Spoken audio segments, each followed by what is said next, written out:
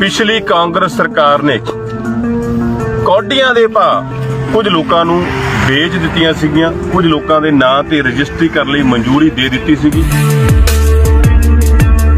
ਵਾਸੀਆਂ ਨੂੰ ਦੱਸਣਾ ਚਾਹੂੰਗਾ ਕਿ ਜਿਹੜੀ ਯੂਥ ਹੋਸਟਲ ਦੇ ਨੇੜੇ ਨਵੇਂ ਬੱਸ ਸਟੈਂਡ ਦੇ ਨੇੜੇ ਪ੍ਰਾਪਰਟੀ ਹੈ, ਇਹ 740 ਰੁਪਏ ਗਜ ਦੇ ਨਾਲ ਉਸ ਵੇਲੇ ਵਿਕੀ, ਕਿਉਂਕਿ ਬੋਲੀ ਦੇ ਵਿੱਚ ਕੋਈ ਕੰਪੀਟੀਸ਼ਨ ਨਹੀਂ ਸੀਗਾ। ਤੁਸੀਂ ਆਪ ਹਿਸਾਬ ਲਾਓ ਕਿ ਇਦਾਂ ਕਦੇ ਹੋ ਸਕਦਾ ਵੀ 700 ਤੋਂ ਬੋਲੀ ਸ਼ੁਰੂ ਹੋਈ ਔਰ 740 ਤੇ ਵਿਕ ਗਈ। ਇਦਾਂ ਹੀ ਇਹ ਚਾਰ ਪੰਜ ਪ੍ਰਾਪਰਟੀਆਂ ਰੋਪੜ ਸ਼ਹਿਰ ਦੀਆਂ ਵੇਚੀਆਂ ਗਈਆਂ ਔਰ ਤੁਸੀਂ ਆਪ ਸਮਝਦਾਰ ਹੈ ਵੀ ਇਹਨਾਂ ਲੋਕੇਸ਼ਨਾਂ ਦੇ ਉੱਪਰ ਅੱਜ ਪ੍ਰਾਪਰਟੀ ਦੀ ਕੀਮਤ ਕੀ ਹੈ, ਅੱਜ ਕਮਰਸ਼ੀਅਲ ਪ੍ਰਾਪਰਟੀ ਦੀ ਕੀਮਤ ਰੋਪੜ ਸ਼ਹਿਰ ਦੇ ਵਿੱਚ ਕੀ ਹੈ।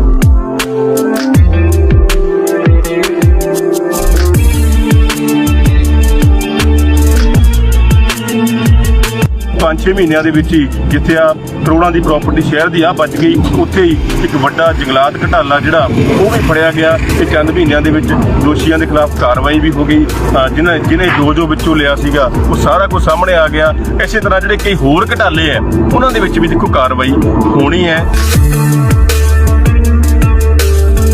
ਹੱਦ ਉਦੋਂ ਹੋ ਗਈ ਜਦੋਂ ਹੋ ਸਕਦਾ 1998 ਵਾਲਿਆਂ ਨੂੰ ਤਾਂ ਨਾ ਪਤਾ ਹੋਵੇ ਕਿ ਪ੍ਰਾਪਰਟੀ ਦੀ ਕੀ ਕੀਮਤ ਹੈ, ਪਰ ਹੱਦ ਉਦੋਂ ਹੋ ਗਈ ਜਦੋਂ ਪਿਛਲੀ ਕਾਂਗਰਸ ਸਰਕਾਰ ਨੇ ਜਾਂਦੇ ਇਹਨਾਂ ਪ੍ਰਾਪਰਟੀਆਂ ਦੀ ਉਸ ਵੇਲੇ ਦੀ ਬੋਲੀ ਦੇ ਅਨੁਸਾਰ ਰਜਿਸਟਰੀ ਜਿਹੜੇ ਖਰੀਦਦਾਰ ਸੀਗੇ ਜਿਨ੍ਹਾਂ ਨੇ ਕੌਡੀਆਂ ਦੇ ਭਾਅ ਖਰੀਦੀ ਹੋਈ ਸੀਗੀ ਉਹਨਾਂ ਦੇ ਨਾਂ ਤੇ ਰਜਿਸਟਰੀ ਕਰਨ ਦੇ ਲਈ ਮੋਹਰ ਲਾ ਦਿੱਤੀ।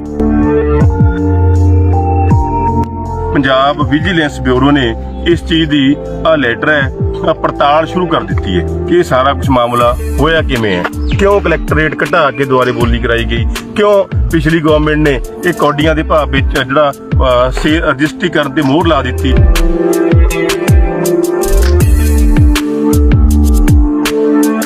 ਹਲਕਾ ਰੋਪੜ ਦੇ ਨਿਵਾਸੀਓ, ਰੋਪੜ ਸ਼ਹਿਰ ਦੇ ਨਿਵਾਸੀਓ, ਇਸ ਵੇਲੇ ਰੂਪਨਗਰ ਦੇ ਨਵੇਂ ਬੱਸ ਸਟੈਂਡ ਦੇ ਨੇੜੇ ਯੂਥ ਹੋਸਟਲ ਦੇ ਨੇੜੇ ਜਿਹੜੀ ਥਾਂ ਦੇ ਉੱਤੇ ਮੇਨ ਰੋਡ ਦੇ ਨਾਲ ਮੈਂ ਖੜਾ, ਕਮਰਸ਼ੀਅਲ ਪ੍ਰਾਪਰਟੀ, ਇਹ ਉਹ ਪ੍ਰਾਪਰਟੀ ਹੈ ਜਿਹਦੇ ਬਾਰੇ ਤੁਸੀਂ ਅਖਬਾਰਾਂ ਦੇ ਵਿੱਚ ਵੀ ਪੜ੍ਹਿਆ ਹੋਣਾ ਬੀਤੇ ਦਿਨੀ।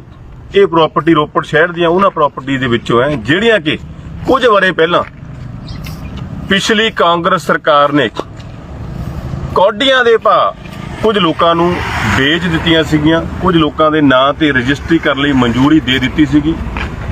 ਅੱਜ ਇਹਦੇ ਬਾਰੇ ਮੈਂ ਤੁਹਾਨੂੰ ਜਾਣਕਾਰੀ ਦੇਣੀ ਚਾਹੂੰਗਾ ਔਰ ਜਾਣਕਾਰੀ ਦੇਣ ਤੋਂ ਪਹਿਲਾਂ ਮੈਂ ਸਰਦਾਰ ਭਗਵੰਤ ਸਿੰਘ ਮਾਨ ਜੀ ਦਾ ਔਰ ਆਪਣੀ ਆਮ ਆਦਮੀ ਪਾਰਟੀ ਦੀ ਸਾਰੀ ਸਰਕਾਰ ਦਾ ਧੰਨਵਾਦ ਕਰਦਾ ਕਿ ਉਹਨਾਂ ਨੇ ਸਾਡੇ ਰੋਪੜ ਸ਼ਹਿਰ ਦਾ ਇਹ 50-60 ਕਰੋੜ ਦਾ ਫਾਇਦਾ ਕਰ ਦਿੱਤਾ।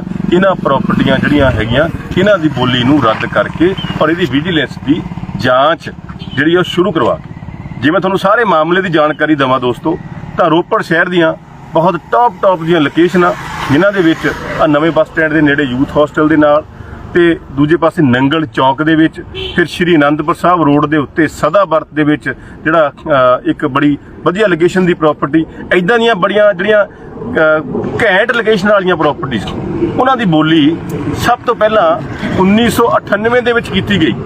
1998 ਦੇ ਵਿੱਚ ਜੋ ਵਿਜੀਲੈਂਸ ਨੇ ਆਪਣੇ ਲੈਟਰ ਦੇ ਵਿੱਚ ਲਿਖਿਆ, 1998 ਦੇ ਵਿੱਚ ਉਹਨਾਂ ਦੀ ਬੋਲੀ ਕਿਸ ਮਿਲੀ ਭੁਗਤ ਨਾਲ ਕੀਤੀ ਗਈ ਕਿ ਪਹਿਲਾਂ ਤਾਂ ਕੁਝ ਪ੍ਰਾਪਰਟੀਆਂ ਦਾ ਜਿਹੜਾ ਰਾਖਵਾਂ ਮੁੱਲ ਹੈ ਉਹ 1200 ਰੁਪਇਆ ਪ੍ਰਤੀ ਗਜ ਰੱਖਿਆ ਹੋਇਆ ਸੀ, ਪਰ ਬਾਅਦ ਦੇ ਵਿੱਚ ਉਹ 1200 ਤੋਂ ਵੀ ਘਟਾ ਕੇ 700 ਰੁਪਇਆ ਪ੍ਰਤੀ ਗਜ ਕਰ ਦਿੱਤਾ ਗਿਆ ਤਾਂ ਕਿ ਜਿਹੜੀ ਪ੍ਰਾਪਰਟੀ ਹੈ ਉਹ ਘੱਟ ਤੋਂ ਘੱਟ ਰੇਟ ਤੇ ਵਿਕੇ। ਦੇਖੋ, ਜੇਕਰ ਕੋਈ ਪ੍ਰਾਪਰਟੀ 1200 ਤੇ ਨਹੀਂ ਵਿਕ ਰਹੀ ਤਾਂ ਐਡੀ ਕੀ ਮਜਬੂਰੀ ਸੀ ਉਸ ਸਮੇਂ ਦੀਆਂ ਸਰਕਾਰਾਂ ਦੀ ਉਹਨੂੰ ਕੌਡੀਆਂ ਦੇ ਭਾਅ ਸੁੱਟਣ ਦੇ ਲਈ ਕਿ 1200 ਤੋਂ ਘਟਾ ਕੇ 700 ਕੀਤਾ ਗਿਆ। ਹੋਰ ਪ੍ਰਾਪਰਟੀਆਂ ਦਾ ਵੀ ਇਸੇ ਤਰ੍ਹਾਂ ਘੱਟ ਕੀਤਾ ਗਿਆ। ਇੱਥੇ ਹੀ ਬਸ ਨਹੀਂ, ਉਹ ਤਾਂ ਗੱਲ ਹੋ ਗਈ 1998 ਦੀ। ਕਈ ਲੋਕਾਂ ਦੇ ਮਨ 'ਚ ਸਵਾਲ ਆਣਾ ਕਿ ਯਾਰ ਇਹ ਤਾਂ 1998 'ਚ ਹੋਈ ਸੀ ਬੋਲੀ, ਬੜੀ ਪੁਰਾਣੀ ਗੱਲ ਹੋ ਗਈ, ਪਰ ਗੱਲ ਇੱਥੇ ਨਹੀਂ ਮੁੱਕਦੀ।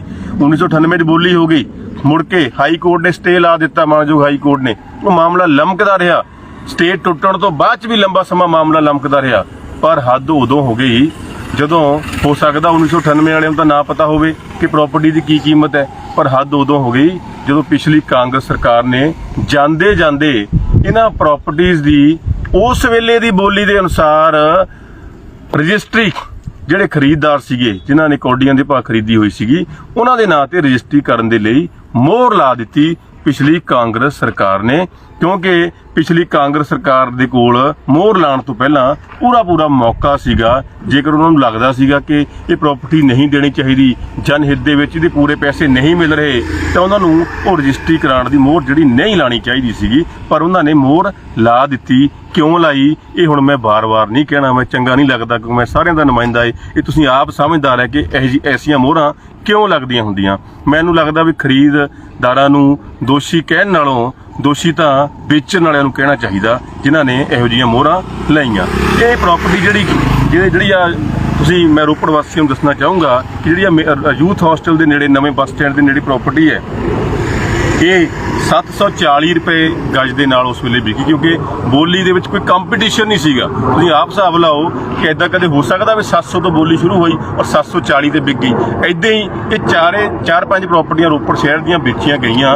ਔਰ ਤੁਸੀਂ ਆਪ ਸਮਝਦਾਰ ਹੈ ਵੀ ਇਹਨਾਂ ਲੋਕੇਸ਼ਨਾਂ ਦੇ ਉੱਪਰ ਅੱਜ ਪ੍ਰਾਪਰਟੀ ਦੀ ਕੀਮਤ ਕੀ ਹੈ, ਅੱਜ ਕਮਰਸ਼ੀਅਲ ਪ੍ਰਾਪਰਟੀ ਦੀ ਕੀਮਤ ਰੋਪੜ ਸ਼ਹਿਰ ਦੇ ਵਿੱਚ ਕੀ ਹੈ, ਔਰ ਜਿਹੜੀਆਂ ਪ੍ਰਾਪਰਟੀ ਸਾਰੀਆਂ 1.5 ਕਰੋੜ ਦੇ ਕਰੀਬ ਵੇਚ ਦਿੱਤੀਆਂ ਗਈਆਂ।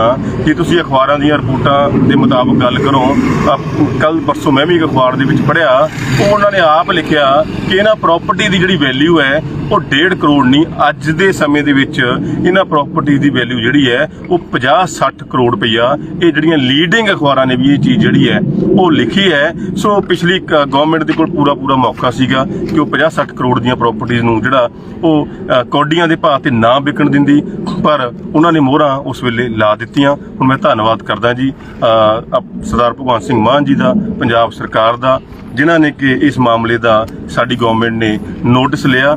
ਔਰ ਸਭ ਤੋਂ ਪਹਿਲਾਂ ਤਾਂ ਪੰਜਾਬ ਵਿਜੀਲੈਂਸ ਬਿਊਰੋ ਨੇ ਇਸ ਚੀਜ਼ ਦੀ ਲੈਟਰ ਹੈ ਪੜਤਾਲ ਸ਼ੁਰੂ ਕਰ ਦਿੱਤੀ ਹੈ ਕਿ ਇਹ ਸਾਰਾ ਕੁਝ ਮਾਮਲਾ ਹੋਇਆ ਕਿਵੇਂ ਹੈ, ਕਿਉਂ ਕਲੈਕਟਰੇਟ ਘਟਾ ਕੇ ਦੁਆਰੇ ਬੋਲੀ ਕਰਾਈ ਗਈ, ਕਿਉਂ ਪਿਛਲੀ ਗਵਰਨਮੈਂਟ ਨੇ ਇਹ ਕੌਡੀਆਂ ਦੇ ਭਾਅ ਵਿੱਚ ਜਿਹੜਾ ਰਜਿਸਟਰੀ ਕਰਨ ਤੇ ਮੋਹਰ ਲਾ ਦਿੱਤੀ।